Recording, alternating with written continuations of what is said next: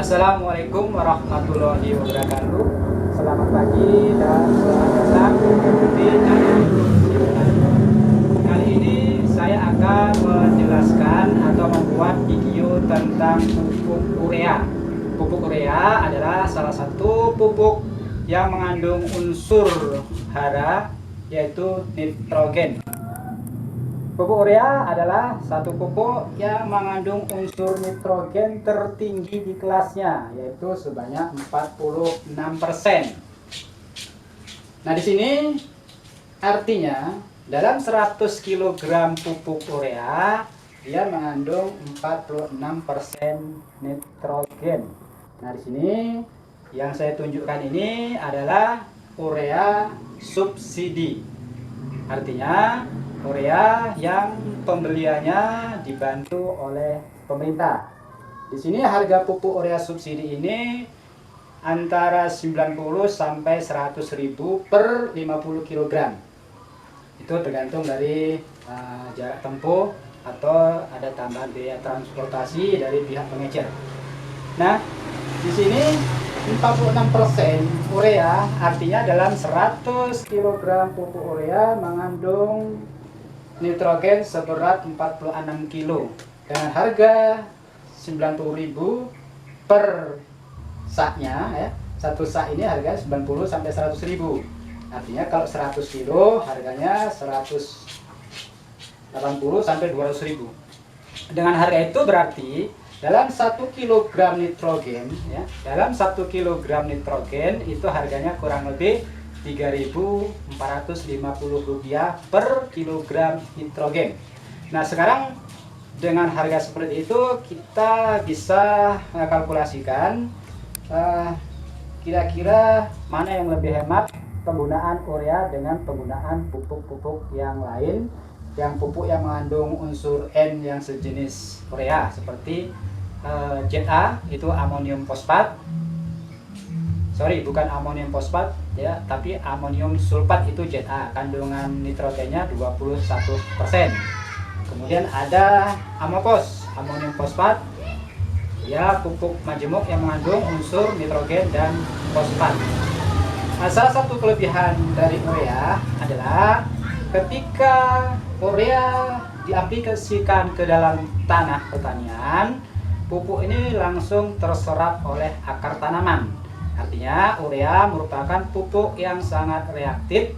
Ketika dimasukkan atau diaplikasikan ke dalam tanah, tanaman akan langsung menyerap unsur N yang ada di pupuk urea.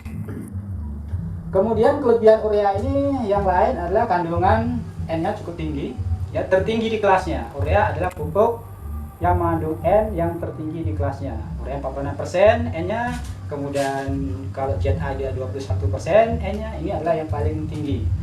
Nah, kemudian kelebihan yang lain, pupuk ini yang pertama tadi kandungan N-nya tinggi, kelebihan pertama. Kedua, cepat diserap tanaman.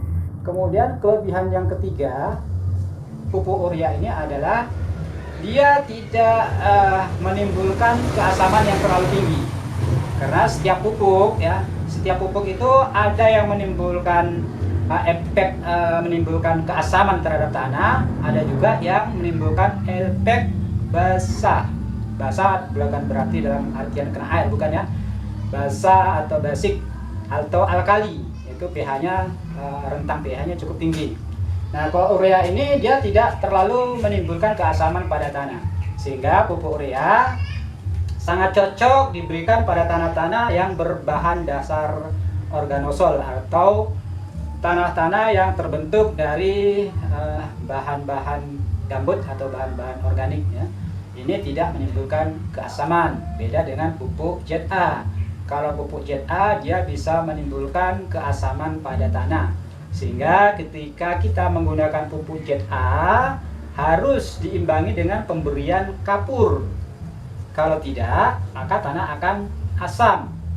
Nah, tanah yang asam itu bisa menimbulkan beberapa kerugian. Salah satunya hara yang ada di dalam tanah itu akan terikat ya, tidak bisa terserap oleh tanaman.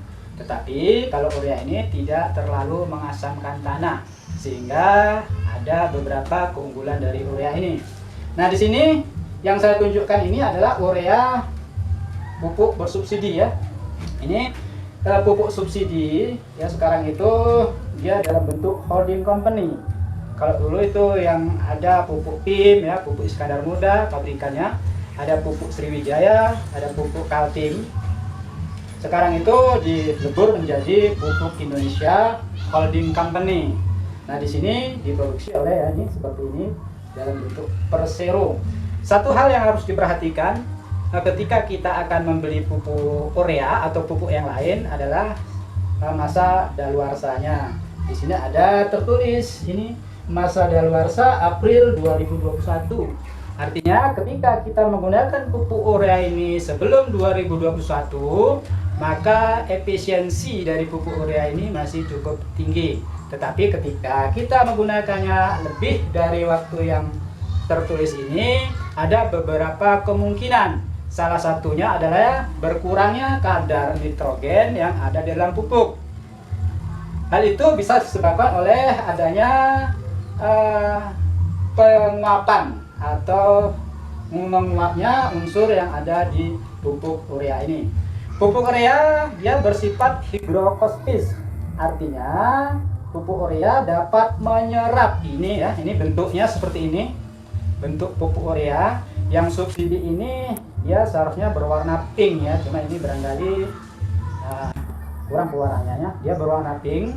Tujuannya untuk membedakan antara pupuk yang bersubsidi dengan pupuk yang non subsidi. Supaya apa? Supaya tidak disalahgunakan oleh orang-orang yang tidak bertanggung jawab.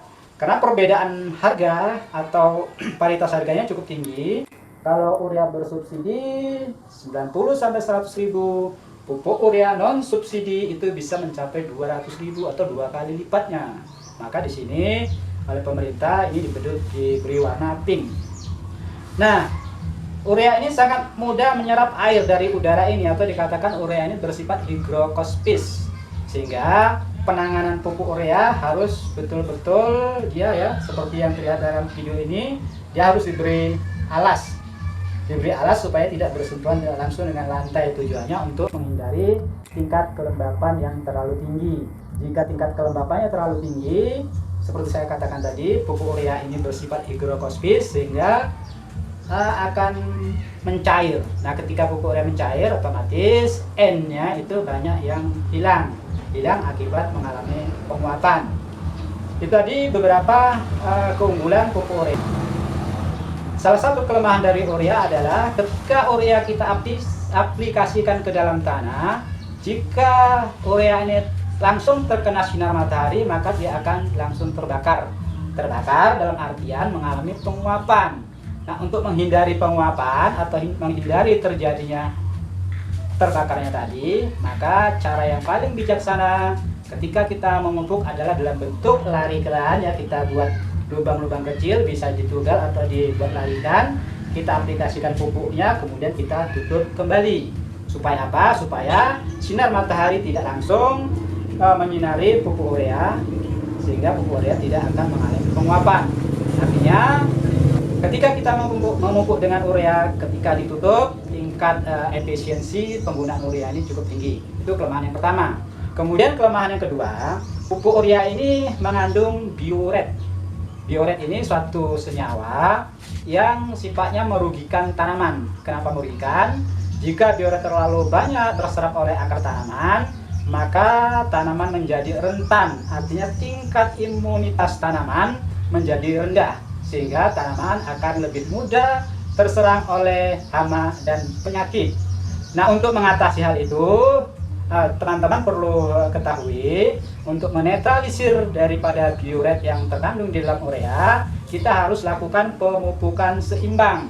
Pemupukan seimbang artinya unsur hara yang kita supply kepada tanaman itu harus seimbang. Ini tadi urea adalah nitrogen ya, maka dibarengi dengan penggunaan fosfat dan kalium yang cukup.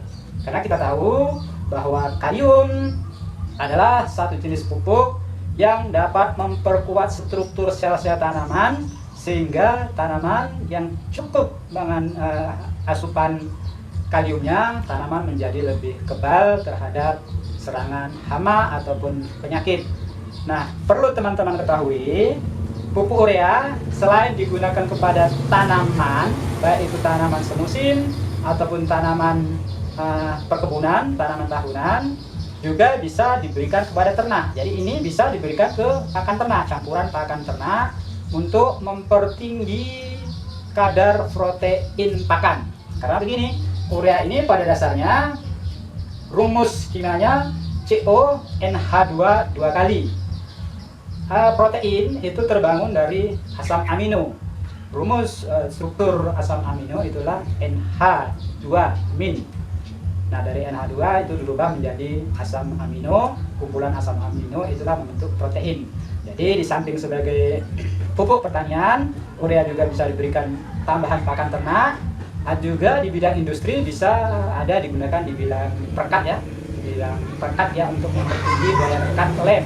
Jadi penggunaannya sebenarnya cukup banyak, tetapi hampir 99% itu digunakan di sektor pertanian. Nah, barangkali demikian video yang saya tampilkan. Nanti berikutnya saya akan tampilkan video tentang apa efek negatif dari penggunaan pupuk yang terus-menerus terhadap tingkat keasaman tanah. Lalu bagaimana cara menetralisir tingkat keasaman tanah. Nanti akan saya buatkan videonya. Untuk ini sekian dulu. Pada teman-teman jangan lupa subscribe ke video ini supaya video-video berikutnya akan kita buat. Terima kasih. Assalamualaikum warahmatullahi wabarakatuh.